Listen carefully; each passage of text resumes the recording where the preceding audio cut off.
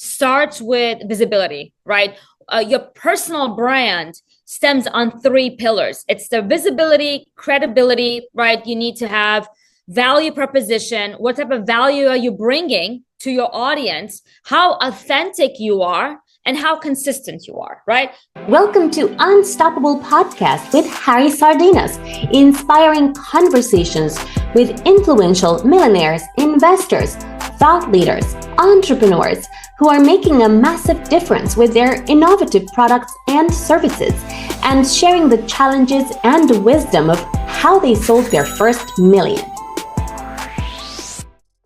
So tell us, in your opinion, because you have seen a lot of companies, yeah, especially if you're a female founder, okay, the challenges that the female founder had out there in order to get to product market fit.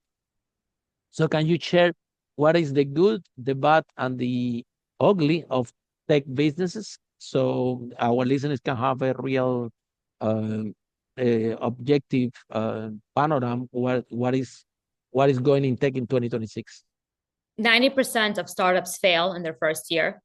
And so that in itself is staggering, the statistic. And what does that mean? There's a lot of blind spots. The blind spots can be the narrative is not being told, the legal blind spots, right? So when you come to me, you have to make sure you understand that we also offer fundraising opportunities, PR, and legal. Those are the services we offer on the PR side of things. So we want to create that type of umbrella because we know how bad it can get, especially for women. That's why I am so passionate about women, because I know how hard it is for women to get their capital, and we're disrupting the 2%. So I have to say that when you want to go, and what I've seen over and over again is that they're so confident at times to tell their story, but they don't have that strong narrative, and they fail because they feel that, well, I am telling my story in the best way I know, like the best way that I think is what I think I should be telling, but they're not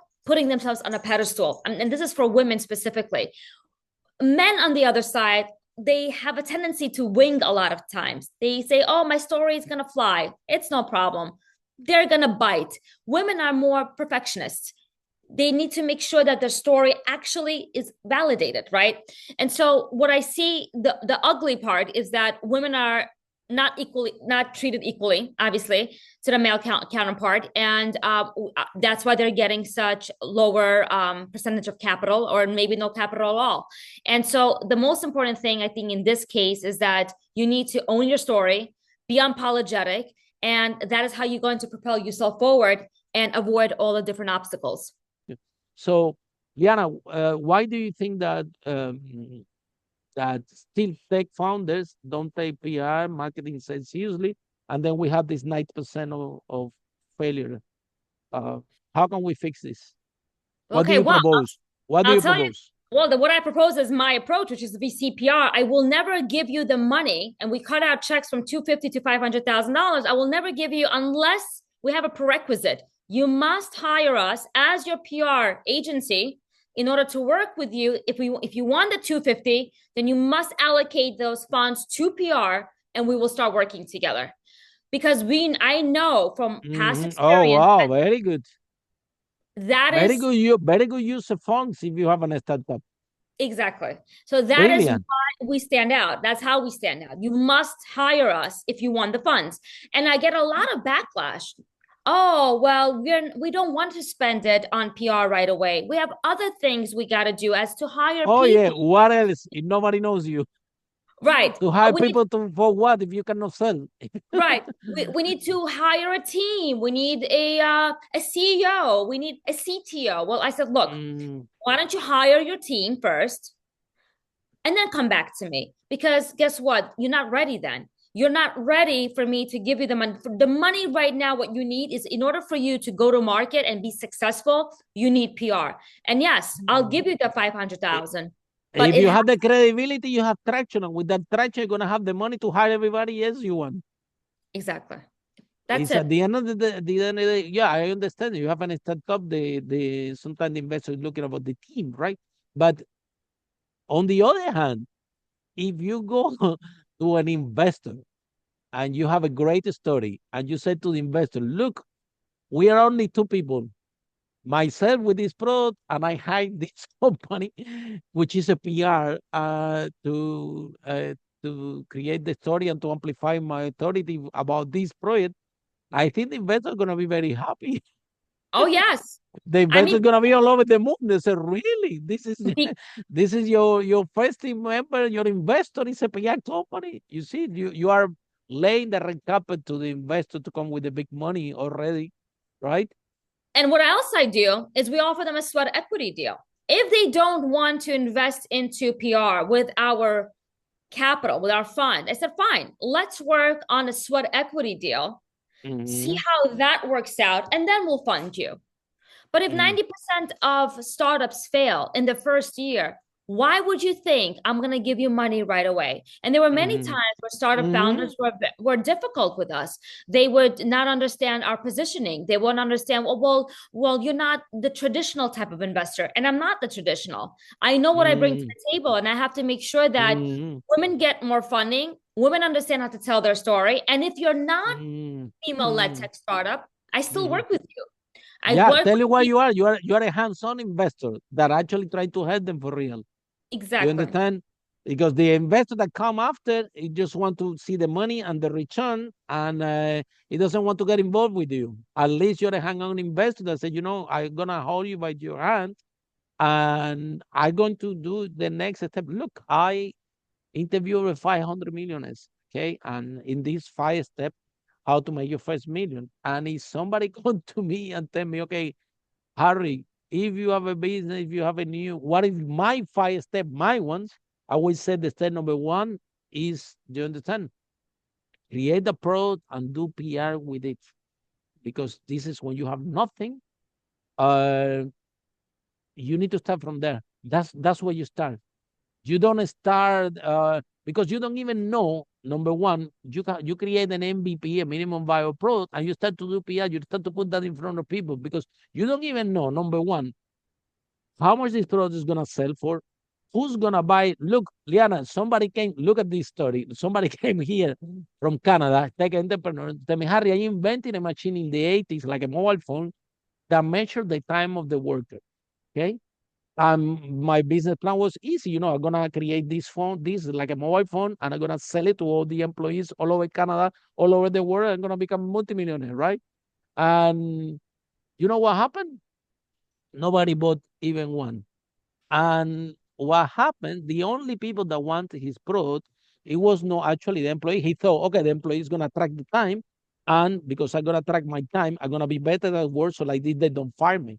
They thought that that's why people would buy the product. Turns out that the only people interested in this product, it was not the employees, it was the CEOs.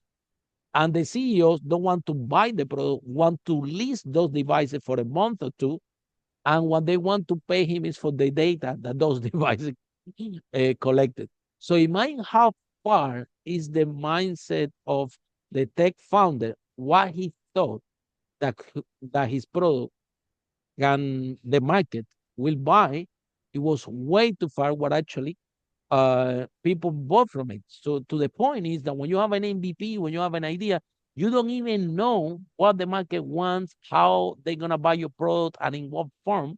And however, if you start to do PR and you start to put that product in front of people, you're gonna have a feedback, and they're gonna shape your product in terms of price, in terms of demands, in terms of traction, right? However, Liana, PR, you have to be smart and clever because more and more have become challenging because there is a lot of noise, like you said, in terms of um, you need to know what you're doing if you want your startup to appear in the New York Times.